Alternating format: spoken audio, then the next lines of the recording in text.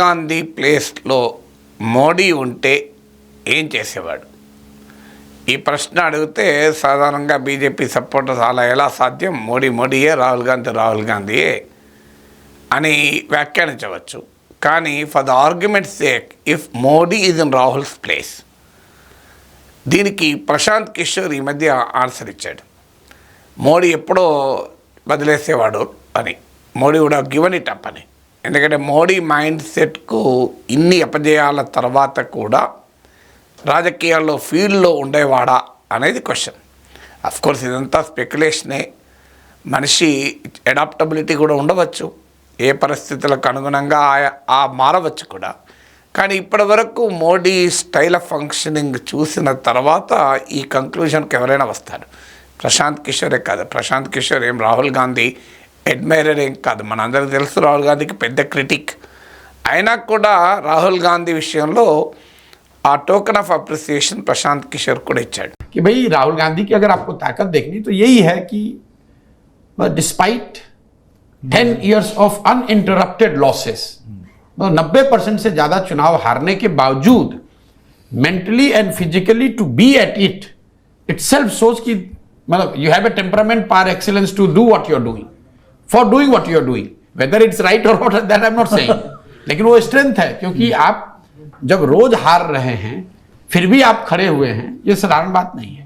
अगर मोदी जी 90% चुनाव हार जाएं अगले 10 साल में, मैं आपको लिख के दे सकता हूं कि he will not be standing and fighting as a politician.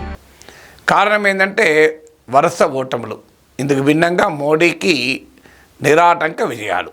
మీరు మోడీ పొలిటికల్ కెరీర్లో తీసుకుంటే గుజరాత్ చీఫ్ మినిస్టర్ అయినప్పటి నుంచి ఇప్పటి వరకు ఈ నెవర్ లుక్ బ్యాక్. మొదటిసారి 2024 ఎలక్షన్స్లో కాస్త దెబ్బ తగిలింది, స్టిల్ గాయపడలే, దెబ్బ మాత్రమే తగిలింది, కింద పడ్డాడు కానీ ఎక్కడ గాయం కాలే, still is the prime minister. అందువల్ల 2024 ఎలక్షన్ ఫస్ట్ టైం ఆ మేరకు కింద పడ్డాడు, దెబ్బ తగిలింది. ఇక అంతకుముందైతే ఎప్పుడు పైకి ప్రతి ఎలక్షను ఆయన రికార్డు ఆయనే బద్దలు కొట్టడం.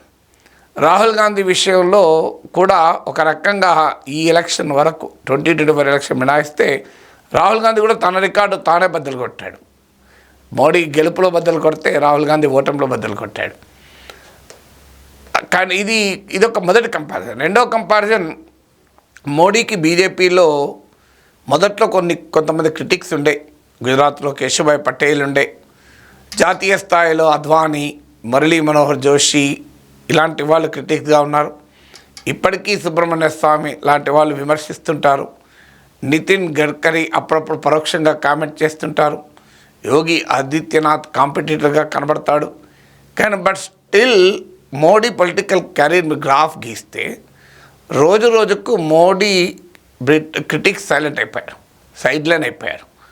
మోడీ పార్టీ మొత్తం మోడీ వెనకాల వచ్చేసింది. చివరకు సంఘ్ పరివార్ కూడా ఏమీ చేయలేని పరిస్థితి, మోడీని శాసించే పరిస్థితి లేదు.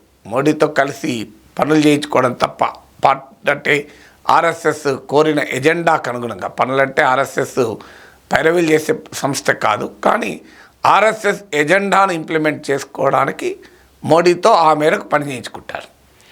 ఆ రకంగా కంటిన్యూస్గా మీరు పొలిటికల్ క్యారియర్ చూస్తే డిసిడెంట్స్, క్రిటిక్స్ పార్టీలో సైలెంట్ అయ్యారు. ఇందుకు భిన్నంగా రాహుల్ గాంధీ విషయంలో G23లని, G15లని రకరకాల జీలు మామూలుగా లేదు. రాహుల్ గాంధీ పైన ఎగిరిన వాళ్ళు ఎగిరారు, దునికిన వాళ్ళు దునికారు, పోయిన వాళ్ళు పోయారు. కొంత కపిల్ సిబ్బల్, గులాం నబీ ఆజాద్ లాంటి వాళ్ళు పార్టీ వదిలి వెళ్ళిపోయారు. పార్టీలోనే ప్రశ్నిస్తూ కొంతమంది ఉండిపోయారు. మీకు మనీష్ తివారీ, శశి థరూర్ ఇలాంటి వాళ్ళు ప్రశ్నిస్తూ ఉండిపోయారు.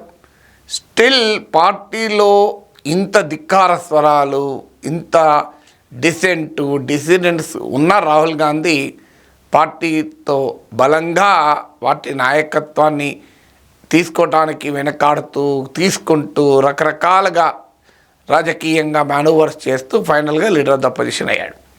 సో ఇది రెండో కంపారిజన్. మూడో కంపారిజన్, మోడీని వ్యతిరేకించేవారు చాలామంది ఉండొచ్చు, కానీ మోడీని సమర్థించేవారిది ఎప్పుడైనా పైచేయి. సో మోడీ మేబీ ఏ పోలరైజింగ్ ఫిగర్, కానీ మోడీని తృణీకరణ కానీ అవమానం కానీ హ్యూమిలియేషన్ కానీ ఏనాడు లేదు. కోర్స్ మోడీ పట్ల భయంకరమైన హేట్రెడ్ వ్యక్తం చేసిన వాళ్ళు ఉండొచ్చు, కాదని అన్నాడు. పెద్ద ఎత్తున యాంటీ మోడీ క్యాంపెయిన్లు నడిచాయి.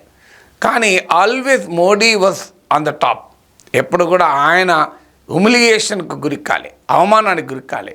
ఇందుకు భిన్నంగా రాహుల్ గాంధీ నిరంతరం అవమానం. పప్పు క్యాంపెయిన్ బీజేపీ చాలా కాలం నడిచింది.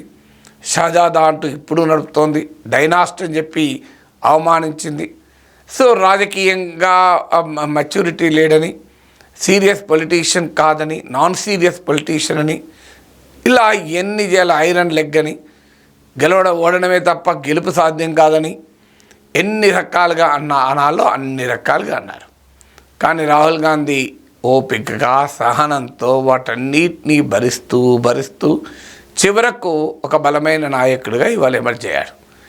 ఫైనల్గా ఇంకో డైమెన్షన్ కూడా మనకుంది. రాహుల్ గాంధీ మోడీ మిత్రుల విషయంలో కూడా మోడీ డిక్టేట్ చేశాడు మొదటి నుంచి కూడా. గుజరాత్లోనైతే మోడీకి మిత్రపక్షాలు అవసరం లేదు. కానీ 2014 నుంచి మిత్రపక్షాలు ఉంటే ఉండండి, పోతే పోండి అనే ధోరణిలోనే మోడీ వివరించారు. ఉన్నోళ్ళు ఉన్నారు, పోయినోళ్ళు పోయారు, పోయినోళ్ళు మళ్ళీ వచ్చారు. సో మోడీని విమర్శించిన వాళ్ళు తెలుగుదేశం లాంటి వాళ్ళు తిరిగి వచ్చారు, జేడీయూ లాంటి వాళ్ళు తిరిగి వచ్చారు, జేడీఎస్ లాంటి వాళ్ళు తిరిగి వచ్చారు. అందువల్ల మోడీ ఎన్నడూ కూడా మిత్రుల బ్లాక్మెయిల్కు లొంగలేదు. మిత్రపక్షాలని మోడీ శాసించాడు తప్ప మిత్రపక్షాలని యాచించలేదు మోడీ. ఇందుకు భిన్నంగా రాహుల్ గాంధీతో మిత్రపక్షాలు కూడా ఆడుకున్నాయి. మమతా బెనర్జీ, అరవింద్ కేజ్రీవాల్, తాజాగా కూడా ఇండియా కూటమి మీటింగ్లో మల్లికార్జున్ ఖర్గే ప్రధానమంత్రి అభ్యర్థి అంటూ మాట్లాడారు. అఖిలేష్ యాదవ్ మాట్లాడాడు. ఒక్క స్టాలిన్ లాంటి వాళ్ళు మాత్రమే ఫర్మ్గా కమిటెడ్గా రాహుల్ గాంధీ లీడర్ అన్నారు. కానీ మిగతా ఇండియా కూటమి పక్షాలు ఎప్పుడూ రాహుల్ గాంధీ పట్ల, రాహుల్ గాంధీ నాయకత్వం పట్ల అనుమానాలు వ్యక్తం చేస్తూనే ఉన్నారు.